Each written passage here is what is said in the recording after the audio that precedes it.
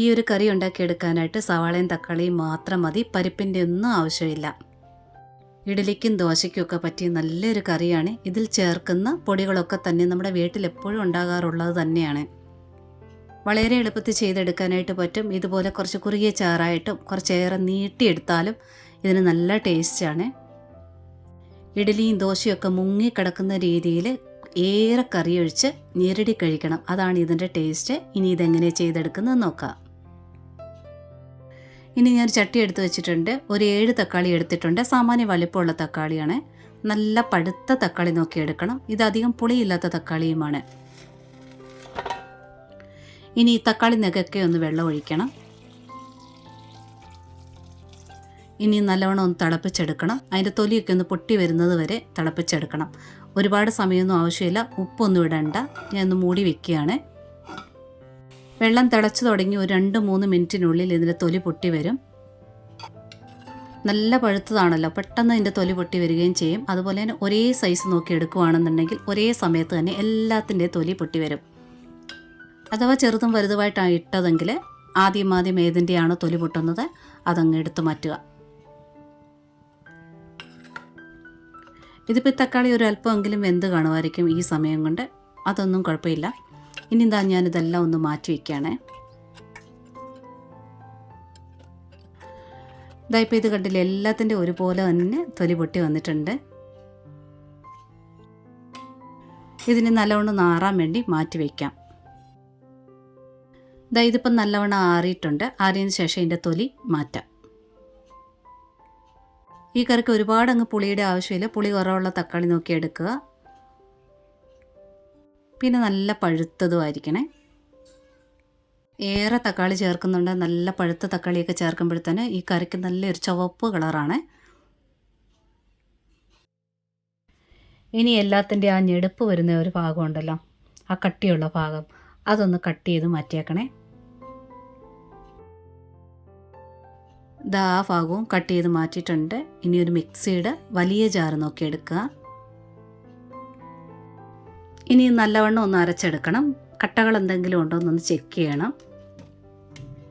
വെള്ളം ഒന്നും ചേർക്കേണ്ട ആവശ്യമില്ല. അതുപോലെ നല്ലവണ്ണം ചൂടാറിയതിന് ശേഷം മാത്രമേ വലിയ ജാറാണെങ്കിൽ പോലും അരയ്ക്കാവൂ, ഇല്ലെങ്കിൽ മുകളിലോട്ട് തെറിക്കും.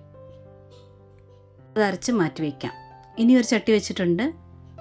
കുറച്ച് എണ്ണ, ഏതെങ്കിലും എണ്ണ ഒഴിക്കുക. കടുകിട്ടൊന്ന് പൊട്ടിച്ചെടുക്കാം. കടുക് പൊട്ടി വന്നിട്ടുണ്ട്. ഇനി ഒരല്പം ജീരകം ചേർക്കുക. ജീരകത്തിൻ്റെ ടേസ്റ്റ് ഒന്നും ഈ കറിക്ക് മുന്നേ നിൽക്കത്തില്ല. ജീരകം ഒന്ന് പൊട്ടി വന്നിട്ടുണ്ട്. ഇനി കുറച്ച് വറ്റൽമുളക് ചേർക്കുക. കൂടെ തന്നെ നല്ല ഫ്രഷായിട്ട് കറിവേപ്പിലയും ചേർക്കുക. ഒന്ന് ഇളക്കിയെടുത്തിട്ടുണ്ട്. ഇനി സവാളയാണ് ചേർക്കുന്നത്. 2 സവാള എടുത്തിട്ടുണ്ട്. കനം കുറഞ്ഞ് അരിഞ്ഞ് ചേർക്കുക. നല്ലവണ്ണം വഴറ്റിയെടുക്കണം. അതുകൊണ്ട് കനം കുറഞ്ഞ് തന്നെ അരിഞ്ഞെടുക്കുക. ഉപ്പൊന്നും ഞാനിതിലിപ്പോൾ ചേർക്കുന്നില്ല. വേണമെങ്കിൽ ഉപ്പ് ചേർത്ത് വഴറ്റിയെടുക്കാം. സവാള നല്ലവണ്ണം വഴന്ന് കിട്ടണം. തക്കാളിയൊക്കെ ചേർത്തതിന് ശേഷം ഒരുപാട് സമയമൊന്നും വേണ്ട ഈ കറി ചെയ്യാനായിട്ട്. അപ്പോൾ ഈ ഒരു സമയത്ത് നല്ലവണ്ണം വഴറ്റിയെടുക്കണം. ഇതൊന്ന് പകുതി വഴന്നിട്ട് വേണം പച്ചമുളക് ചേർക്കാനായിട്ട്. ഞാനൊന്ന് മൂടി വയ്ക്കുകയാണ്. പെട്ടെന്ന് വഴന്ന് കിട്ടാനായിട്ട് തീ കുറച്ച് വെച്ചാൽ മതി. പകുതി വഴന്ന് വരേണ്ട സമയമായിട്ടുണ്ട്. ഞാനത് തുറന്നിട്ടുണ്ട്. ഇനി പച്ചമുളക് ചേർക്കാനായിട്ട് പോവാണേ. ഇനി ഒരു 3-4 പച്ചമുളക് ചേർക്കാം. ഇതിനല്പം എരിവ് കുറവുള്ള പച്ചമുളകാണ്. കുറച്ച് കൂടുതലായിട്ട് ചേർത്തിട്ടുണ്ട്.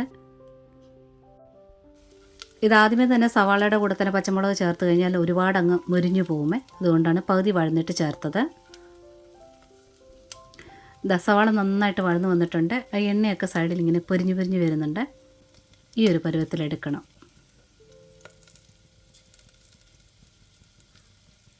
ഇനി ഇതിൽ ചേർക്കേണ്ടത് അരച്ചു വെച്ചിരിക്കുന്ന തക്കാളി. ഇനി ഇതിൻ്റെ കൂടെ തന്നെ നമുക്ക് ചാറിന് ആവശ്യമായിട്ടുള്ള വെള്ളം ചേർക്കുകയാണ്. ഇത് നീളമുള്ള ഗ്ലാസ്സിന് 2 ഗ്ലാസ് വെള്ളം ഒഴിക്കുകയാണ്.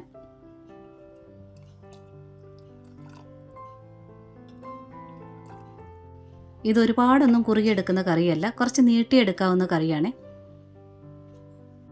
ഇനി ഒരല്പം മഞ്ഞൾപ്പൊടി ചേർക്കുക. ഇനി കാശ്മീരി മുളക് പൊടിയാണ് ചേർക്കേണ്ടത്. കറിക്ക് നല്ലൊരു റെഡ് കളറും വേണം, എരിവ് കുറവും മതി.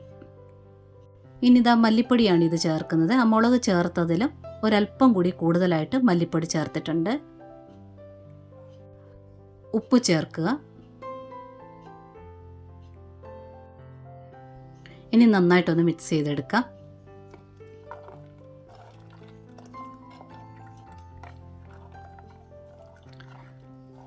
ഇനിയിപ്പോൾ നല്ലവണ്ണം ഇതൊന്ന് വെട്ടിത്തിളയ്ക്കാനായിട്ട് വിടണം. ഒന്ന് മൂടി വയ്ക്കാം.